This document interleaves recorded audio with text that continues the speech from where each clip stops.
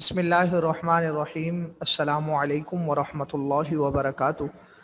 उम्मीद है तमाम तलबा खैरियत से होंगे और अपनी पढ़ाई के ऊपर उनकी तवज्जो होगी, पढ़ रहे होंगे, वो वीडियोस देख रहे होंगे। जैसे कि आपको पता है कि ये आप लोगों का पांचवा लेक्चर है और छुट्टियों के बाद आपका दूसरा लेक्चर है ऑनलाइन सेशन का।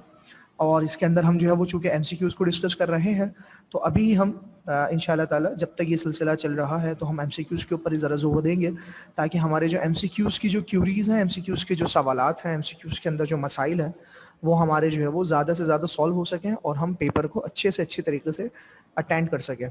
तो ये आपके सामने जो है मैं एमसीक्यूज़ जो है वो शो हो रहे होंगे। ये एमसीक्यूज़ जो है वो आपके सामने आ गए हैं, तो हम इसको वन बाय वन करके इंशाल्लाह ताला इसको हम डिस्कस करते हैं। तो ये 61 से हैं। लास्ट क्लास के अंदर हमने इससे पहले तमाम जो है वो डिस्कस कर लिए थे, तो आज हम यहाँ से स्टार्ट करते हैं। तो कह रहे हैं 61 में कह रहे हैं the partner which invest and does not take active part in the business is yes, कि वो पार्टनर जो कि इन्वेस्टमेंट तो करता है लेकिन वो पार्टिसिपेशन नहीं करता, वो पार्टिसिपेट नहीं कर रहा होता मामलात के अंदर, उसको हम क्या बोलते हैं? Active partner. No. Number B में लिखा हुआ है sleeping partner. Yes, option number B इसका जो है जवाब है कि स्लीपिंग पार्टनर जो है वो पार्टनर होता है जो कि और इसके अंदर बिजनेस के अंदर जो है वो अपना इन्वेस्ट तो करता है अपना पैसा, लेकिन जो है वो उसके अंदर काम नहीं कर रहा होता, बल्कि वो एक तरह से स्लीपिंग पार्टनर होता है, सो रहा होता है, उसको सिर्फ उसका प्रॉफिट में उसका हिस्सा पहुंचा दिया जाता है।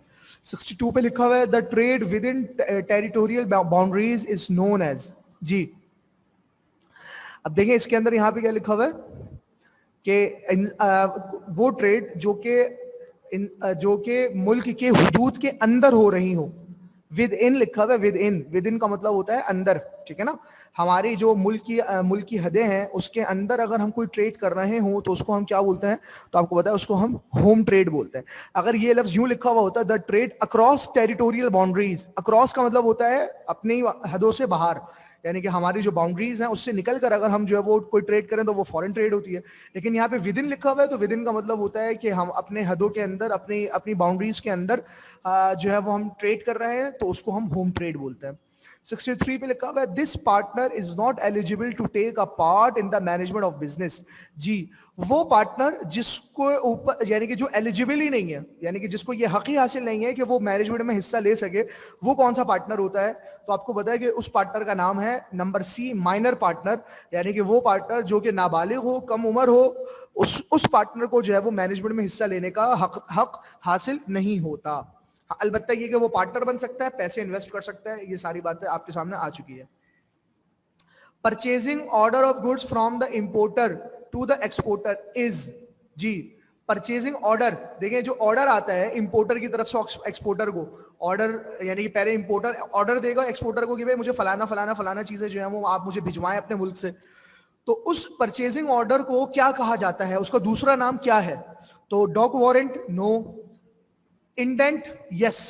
ऑप्शन नंबर बी जो है वो इसका आंसर है कि उसको हम जो है वो इंडेंट कहते हैं, कि वो जो है परचेजिंग ऑर्डर कहलाता है जो कि इंपोर्टर की तरफ से एक्सपोर्टर को दिया जाता है। ऑप्शन नंबर बी इसका जवाब है। 65 पे लिखा हुआ है a summary of academic qualification and other personal information candidate for a job is called. जी, कह रहे हैं कि ऐसी इंसान की जिसके अंदर एकेडमिक क्वालिफिकेशन और पर्सनल इंफॉर्मेशन जिसके अंदर लिखी हुई हो, जब इंसान जॉब के लिए अप्लाई करता है, कोई भी आदमी जॉब के लिए अप्लाई करता है, तो उसको हम क्या बोलते हैं? उसको हम जॉब एप्लीकेशन कहते हैं? नहीं। सेल्स लेटर कहते हैं? नहीं। सर्कुलर लेटर कहते हैं? नहीं। नंबर डी पे लिखा हुआ रिज्यूमे। यस, उसको रिज्यूमे कहा जाता है, जिसका दूसरा नाम सीवी होता है। सीवी तो बहुत मशहूर नाम है, आपने सुना होगा, लेकिन ये रिज्यूमे जो है वो दूसरा नाम है, तो आप इसको भी ध्यान में रखें। तो जिसके अंदर एकेडमिक क्वालिफिकेशन और पर्सनल इंफॉर्मेशन दोनों मौजूद होती है, उसको हम सीवी बोलते हैं या रिज्यूमे बोलते हैं। 66 में लिखा हुआ the aim of foreign trade is to increase. Foreign trade करने का मकसद क्या होता है? हम किस चीज को बढ़ाना चाहते हैं? प्रोडक्शन को बढ़ाना चाहते हैं, इंडस्ट्रीज को, एम्प्लॉयमेंट को, या फॉरेन एक्सचेंज को? तो आपको पता है इसका जवाब है foreign exchange, option number D, कि हम अपने जरे मुबादला को या फॉरेन एक्सचेंज को चूंकि बढ़ाना चाहते हैं, इस वजह से हम फॉरेन ट्रेड की तरफ जाते हैं।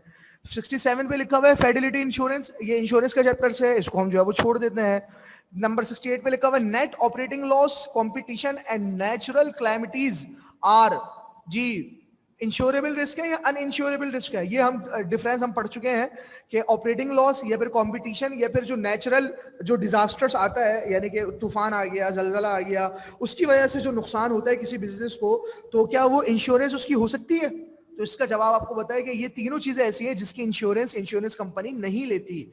ऑपरेटिंग लॉस हो रहा है आपको, आपने बिजनेस करा, आपको लॉस हो गया, आप कहेंगे भाई मुझे इसको इंश्योरेंस चाहिए, तो कंपनी के पास ऐसी कोई पॉलिसी नहीं होती, ना कंपटीशन की, ना ही जो है वो नेचुरल डिजास्टर्स की। चुनाचे इसका जवाब होगा ऑप्शन नंबर सी, अनइंश्योरेबल रिस्क। जी आगे देखते हैं। The chamber of commerce was established in, chamber of commerce जो है वो कब बनाया गया, ये भी आपके चैप्टर के अंदर जो है वो आपके रिड्यूस सिलेबस में शामिल नहीं है, चैप्टर नंबर 14 है, इसको हम जो है वो इसको हम स्किप कर देते हैं, आगे बढ़ते हैं। Separate management is enjoyed by, yes, management separate यानी कि मालकान अलग हो और मैनेजमेंट अलग हो, ये किसमें होता है? तो आपको बताइए ऑप्शन नंबर सी इसका जवाब है, कंपनी के अंदर जो है वो ये फायदा हासिल होता है हमें कि मालकान अलग लोग होते हैं और मैनेजमेंट कंपनी को चलाने वाले अलग लोग होते हैं। 71 पे लिखा हुआ है ownership is difficult to transfer in case of, जी अपनी मिल्कियत को ट्रांसफर करना किसमें मुश्किल काम होता है? सोल ट्रेडर के लिए, पार्टनरशिप के लिए, पार्टनरशिप में, जॉइंट स्टॉक कंपनी में या कोऑपरेटिव सोसाइटी में? तो आपको पता है इसका जवाब जो है वो ऑप्शन नंबर ए है, सोल ट्रेडर, कि जब मालिक ही अकेला है तो वो अपनी ओनरशिप किसी और को तो दे ही नहीं सकता, सही है। पार्टनरशिप में इससे ज्यादा जो है वो आसानी होती है कुछ, और जॉइंट स्टॉक कंपनी के अंदर तो अपनी ओनरशिप को ट्रांसफर करना कोई मुश्किल बात ही नहीं होती। आज आप मालिक है, कल आपने अपने शेयर्स किसी और को बेच दिया, वो मालिक हो जाएगा, तो कोई मसला ही नहीं है। जी ये 72 भी बहुत इंपॉर्टेंट है। The marketing mix is based on the following, मैंने आपको बताया था क्लास के अंदर एक दफा बात हुई थी कि 4 पीस होते हैं मार्केटिंग के, एक मार्केटिंग के रूल होते हैं जिसको 4 पीस कहते हैं, यानी कि 4 पी, वो कौन कौन से होते हैं? तो हम इसके अंदर देखते हैं। ऑप्शन नंबर ए में लिखा हुआ production, people, price and product, no. B में लिखा हुआ production, price, place and promotion, yes. Option number B इसका जवाब होगा, यहीं पर ही जो है वो बात समझ में आ गई हमें, production, price, place and promotion, ये 4 चीजें जब होती हैं तो फिर आपकी मार्केटिंग एक्टिविटी बहुत स्ट्रांग होती है, आप मार्केटिंग बहुत अच्छी कर सकते हैं। ये क्लास के अंदर बात हो गई थी।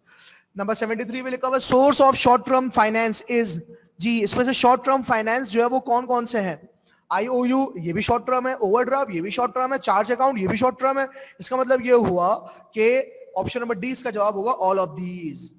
74 पे लिखा हुआ those who sell in less volume with low profit per unit are called, बहुत छोटी अमाउंट के अंदर चीजें जो है वो बेच रहे हो और उनका प्रॉफिट भी जो है वो कम हो, ज्यादा ना हो, उसको हम क्या बोलते हैं? तो आपको पता है उनको हम जो है वो रिटेलर्स कहते हैं। रिटेलर जो है वो बहुत ही कम वैल्यू के अंदर, वॉल्यूम के अंदर जो है चीजें बेचता है और प्रॉफिट पर यूनिट भी उसका जो है वो ज्यादा नहीं होता, बस मुनासिब सा होता है, कम होता है। तो ये हमने जो है वो तकरीबन आज कोई 14-15 एमसीक्यू जो है वो डिस्कस किया आपके साथ। उम्मीद है ये आपको समझ में आ गए होंगे। लेकिन उसके बावजूद भी अगर कोई सवाल, कोई क्यूरी, कोई जहन में जो है वो बात आए तो आप जो है वो जरूर जो है वो मुझसे डिस्कस कर सकते हैं। इंशाअल्लाह ताला नेक्स्ट लेक्चर में जो है वो आपसे फिर दोबारा जो है वो बात होगी। अपना ख्याल रखें। जज़ाकुमुल्लाह खैरन। अस्सलामु अलैकुम व रहमतुल्लाहि व बरकातुहू।